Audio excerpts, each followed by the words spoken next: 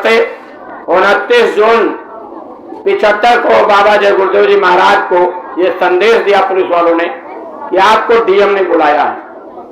बाबा जय गुरुदेव जी महाराज चले गए और एक ऐसा एलिगेशन लगा दिया बहुत बड़ा कि आप ये चोरी करके भाग रहे थे, और इसमें लगा करके बाबा जी को अरेस्ट कर लिया गया। पहली बार उनको आगरा जेल भेज दिया गया।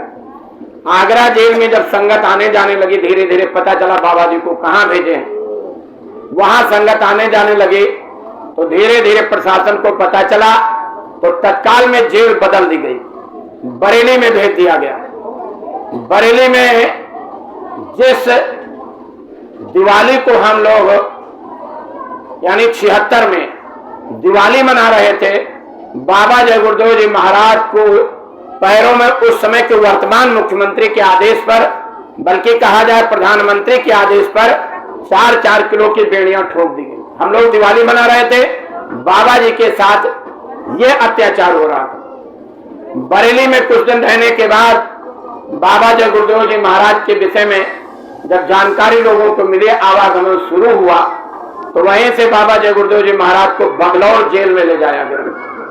संभवतः वहां लगभग 2 हफ्ते बाबा जी रहे, और उस बंगलौर जेल को हम भी देखने के लिए गए थे। इस बार जब बंगलौर दौरा लगा तो उसको काफी कुछ म्यूजियम टाइप का बना रहे हैं। 2 बैरिकें बनी हुई हैं, संभवतः किसी बैरिक में थे, कोई बताने वाला अधिकारी उस समय नहीं था। वो 2-3 बैरिकें वहां पर अभी बनी हुई हैं, टूट रही, शादी ब्याह वहीं हो रहा है, तमाम बड़ा पार्क बना दिया गया है। तो बाबा जी को बंगलौर में रखा गया, और बंगलौर के बाद हवाई जहाज के माध्यम से आज के इसी दिल्ली में, और उस समय एशिया की सबसे बड़ी जेल मानी जाती थी तिहाड़ जेल, इसे तिहाड़ सेंट्रल जेल में ला करके बाबा जय गुरुदेव जी महाराज को बंद कर दिया गया। तमाम सारे बाबा जय गुरुदेव जी महाराज के ऊपर शर्तें लगाई गई, तमाम तरीके की यात्राएं दी गई, और अपने समर्थन में करने के लिए तमाम सारे अधिकारियों को भेजा गया। लेकिन बाबा जय गुरुदेव जी महाराज ने कहा कि भाई देखिए, 25 मार्च और 77 तक अगर देश के अंदर इमरजेंसी रही, और अगर इसको खोला नहीं गया तो लगाने वाले अंदर होंगे और अंदर वाले सब बाहर चले जाएंगे। उसी समय 23 मार्च 77 को बाबा जय गुरुदेव जी महाराज को इसी तिहाड़ जेल से रिहा कर दिया गया, और तिहाड़ जेल से निकल करके बाबा जी वही 3 बजे लगभग 3 बजे के करीब बाबा जी को रिहा किया गया। बाबा जय गुरुदेव जी महाराज वहां से निकलने के बाद सीधे मथुरा गए। उस समय मथुरा की जमीन को जितनी बाबा जी ने 100 रुपया एकड़, 150 रुपया एकड़, 50 रुपया एकड़, मतलब इन सस्ते दामों पर जो जमीन खरीदे थे बाबा जी के, इमरजेंसी लगाने के बाद यूपीएसआईडीसी ने उसको एक्वायर कर लिया, गवर्नमेंट ने उनको दे दिया, और वहां सारी प्लाटिंग कर दी गई। 26 गायें थी, नीलाम कर दी गई, गुरु महाराज की झोपड़ी फूंक दी गई, मतलब वहां कोई आश्रम नाम की चीज नहीं रखी गई, सब प्लाटिंग हो गई थी। गुरु महाराज लौट के मथुरा आए। मथुरा में अपना जो उस समय गुरु महाराज मतलब पानी वानी पिए और थोड़ा रुके, रुकने के बाद पहली बार बाराबंकी में कार्यक्रम इमरजेंसी के बाद हुआ था, क्योंकि भारत के अंदर बाराबंकी एक ऐसा जिला था जहां सबसे ज्यादा संगतें गई हुई थी, जेल में गई थी, और उसे बाराबंकी का रहने वाला मैं था। 9 बजे प्रातःकाल सत्याग्रह का टाइम था, और लोग अपने अपने जेबों में झंडा और टोपी रख करके गए थे। जब थाने के पास या कोतवाली के पास, चौकी के पास जब लोग पहुंचे, तो उन झंडों को अपने निकाल के डंडों में लगा करके और जय गुरुदेव नाम परमात्मा का नारा लगाते हुए, और फिर जाकर के उन्होंने अपनी अलग जगाई, पुलिस के कान खड़े हुए, तुरंत अरेस्ट करना शुरू किया। हम उस समय हाई स्कूल में पढ़ रहे थे, अपना झोला एक साथी को दे करके, और हम भी उस समय चले गए। इतना जरूर भाई के मुंह से सुना था कि बाराबंकी कोतवाली में हमारे लोगों की लिस्ट बनी है कि हम लोगों को वहीं पर गिरफ्तारी देनी है, और कोतवाली शायद हमने पहली बार देखी थी। वहां जाने के बाद पूछ करके गए, तो वहां जब अरेस्ट किया गया, बड़ी लोगों के साथ मारपीट हुई। और उस समय जो बाबा जय गुरुदेव जी महाराज के शिष्य थे, भारी संख्या में औरतें नहीं, भारी संख्या में बच्चे थे, भारी संख्या में पुरुष थे। कुछ लोगों को अरेस्ट किया गया, और कुछ लोगों को बसों में भर के ले जा करके उनके घरों से 20-20, 15-15, 10-10 किलोमीटर की दूरी पर बियावान जंगलों में छोड़ दिया। लुटेरों जैसी हरकत की गई। कोई पैसा है, कोई रुपया है, कोई घड़ी है, वो ले लिया गया। लेकिन लोग उस कड़कती हुई सर्दी में, दिसंबर में सोचो कितनी सर्दी पड़ती थी, और उस समय सर्दी बहुत पड़ती थी, उस कोहरे में, उस सर्दी में तमाम सारी माताएं और बहनें, तमाम सारे भाई लोग गुरु महाराज का भजन करते हुए, प्रार्थना बोलते हुए, पगडंडियों के माध्यम से, सड़कों के माध्यम से धीरे धीरे अपने घरों को लौटे। बाबा जय गुरुदेव जी महाराज 23 मार्च 77 को जो रिहा हुए 3 बजे दिल्ली से, पहली बार बाराबंकी में कार्यक्रम किए, वही हमने दर्शन किया और वहीं पर 3 अप्रैल 77 को हमने नामदान गुरु महाराज से लिया था। तो ये मुक्ति दिवस का पावन पर्व, इसे उपलक्ष्य में मनाया जाता है। गुरु महाराज ने कहा था आगे चल करके स्वर्णिम तौर से मनाया जाएगा, आगे चल करके बहुत बड़े पैमाने पर यह मनाया जाएगा।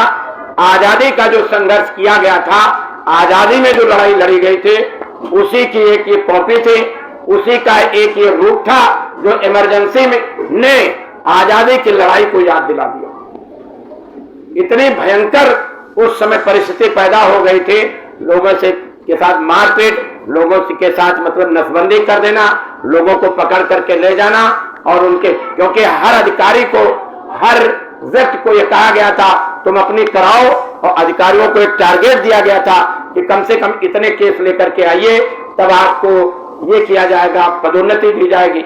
इन तमाम सारी चीजों से अत्याचार इतना बढ़ गया था कि नाबालिग लोगों के, तमाम सारे लोगों की नसें काट दी गई थी, उसमें नसबंदी कर दी गई थी।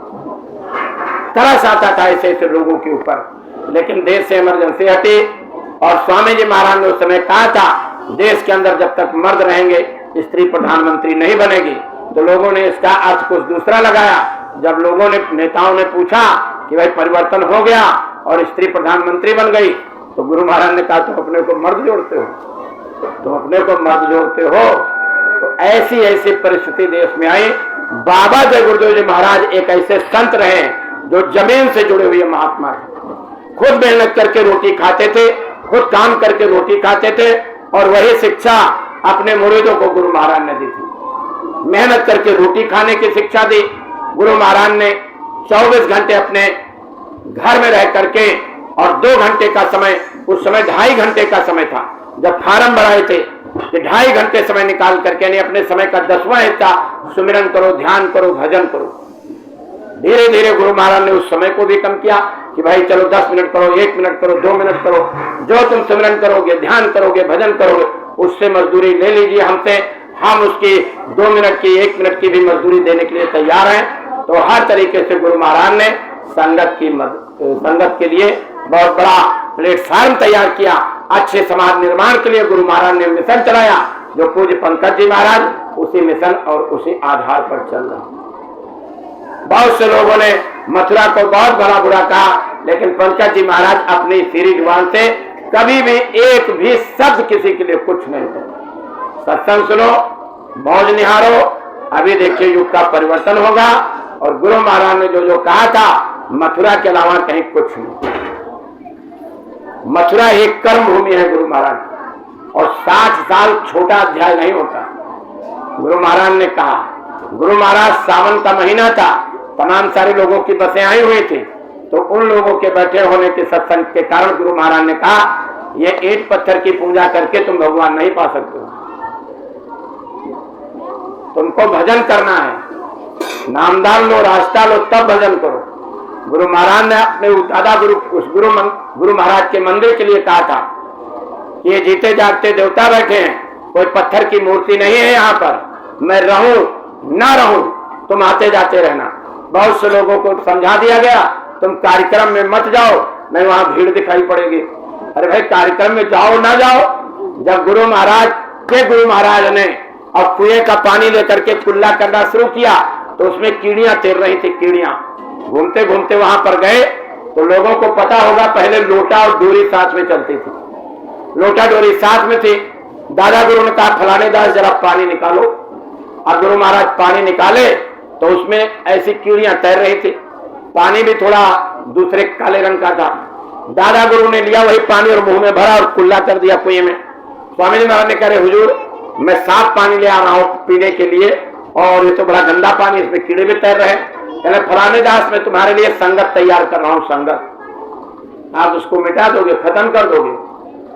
अरे भाई आप उसको मिटा दोगे और खत्म कर दोगे, ये कौन से विद्या और पाठ पढ़ा रहे हो। गुरु महाराज ने कहा था 25 दिसंबर सन 2001 से यहाँ बरकत मिल रही है, आओ अपने गुनाहों की माफी मांगो और अपनी बुराइयों को यहाँ पर चढ़ा दो, बड़ी से बड़ी मनोकामना तुम्हारी एक पूरी होगी, बड़ी से बड़ी, छोटी मोटी नहीं। और आज भी मनोकामनाएं पूरी हो रही हैं। गुरु महाराज का रखा होली का कार्यक्रम, गुरु महाराज का रखा दादा गुरु का कार्यक्रम, गुरु महाराज का रखा हुआ गुरु पूर्णिमा का कार्यक्रम। एक सज्जन मिले, कहले हमको दादा गुरु से क्या लेना देना, तो हमने कहा कुछ दिन बाद गुरु महाराज को भी कहोगे हमको गुरु महाराज से क्या लेना देना, क्योंकि वो भी तो दादा गुरु हो जाएंगे, वो भी तो दादा गुरु हो जाएंगे, तो उनको भी एक किनारे कर दोगे।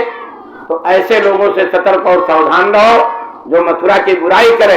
अरे वो कृष्ण भगवान की जन्मभूमि है, ऐसे लोग उसको नहीं जानते हैं जहाँ कृष्ण भगवान पैदा हुए थे और धर्म की स्थापना के लिए कितनी बड़ी कुर्बानी दी उन्होंने। इस चीज को आपको समझना और जानना है, इस चीज को समझना और जानना है। जो लोग ऐसे हैं उनकी शकल देखना भी गुनाह है। आप मथुरा की बात करते हो, अरे मथुरा तो वो गुरुद्वारा है जहां गुरु महाराज ने अपने हाथों से जमीन पर बैठ करके खेती की और खेती को काटा, वहीं पर बैठा करके संगत को और लाइन लगवा करके दर्शन देते थे। शंकर भगवान की कहानी गुरु महाराज ने सुनाई, कैसे पति पत्नी चले जा रहे थे और शंकर भगवान एक जगह झुक करके और प्रणाम करने लगे। पार्वती आगे निकल गई, पलट करके देखा, कहा ये क्या कर रहे थे, लगे प्रणाम कर रहा था। अरे ना कोई शिवालय है, ना कोई दिवालय है, ना कोई पेड़ है, ना कोई पौधा है। लगे 10,000 साल पहले एक महात्मा यहाँ पर आए थे, थोड़ी देर के लिए बैठे थे, 10,000 साल।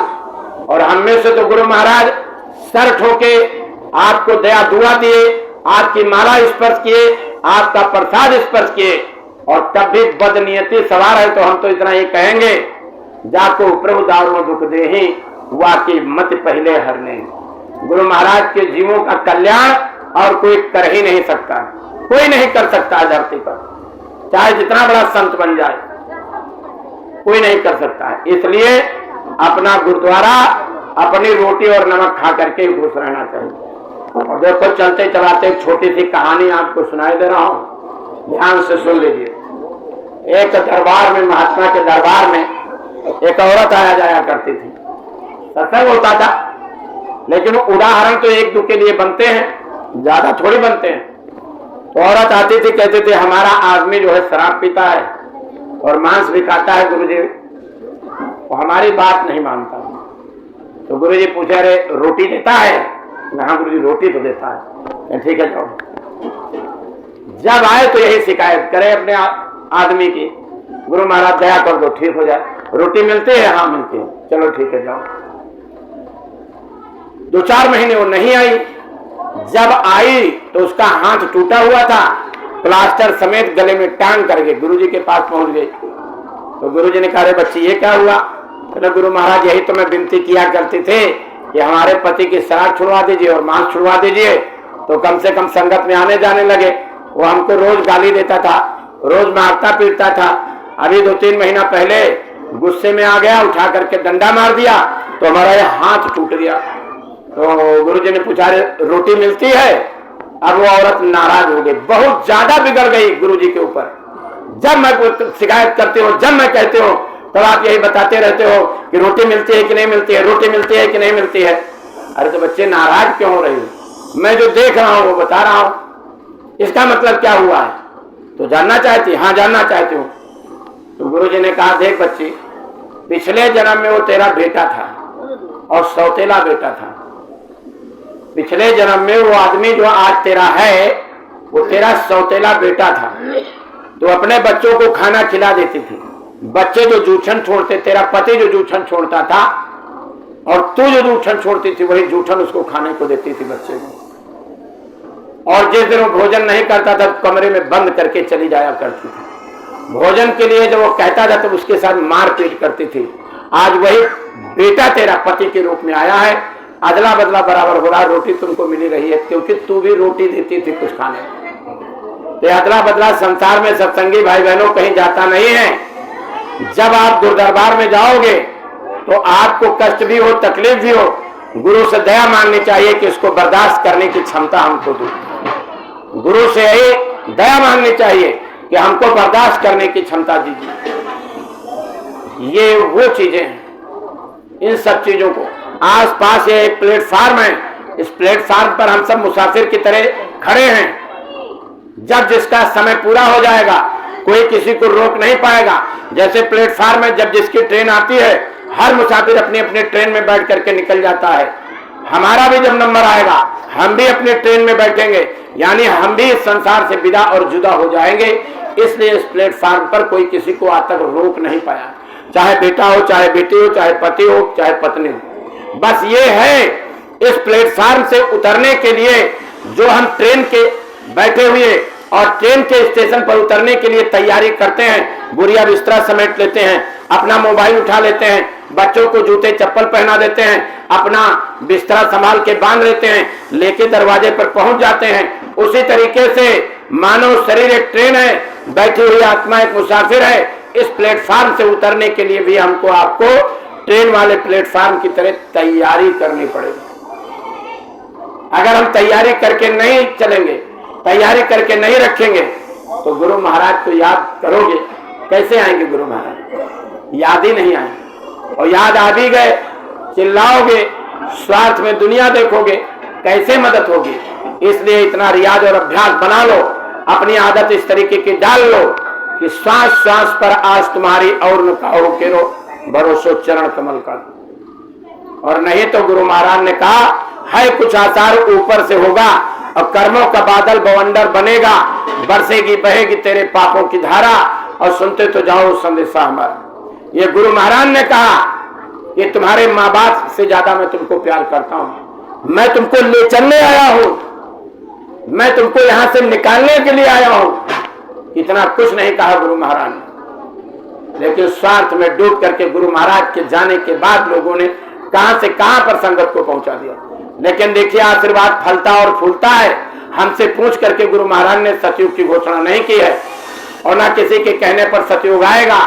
लेकिन सतयुग जब आएगा कलयुग अपना कर्जा मांगेगा और बाबा जी ने कहा दे पाओगे नहीं, 20 करोड़ की आबादी ऐसे जमीन पर चली जाएगी, कोई माई का लाल इसको बचा नहीं सकता है।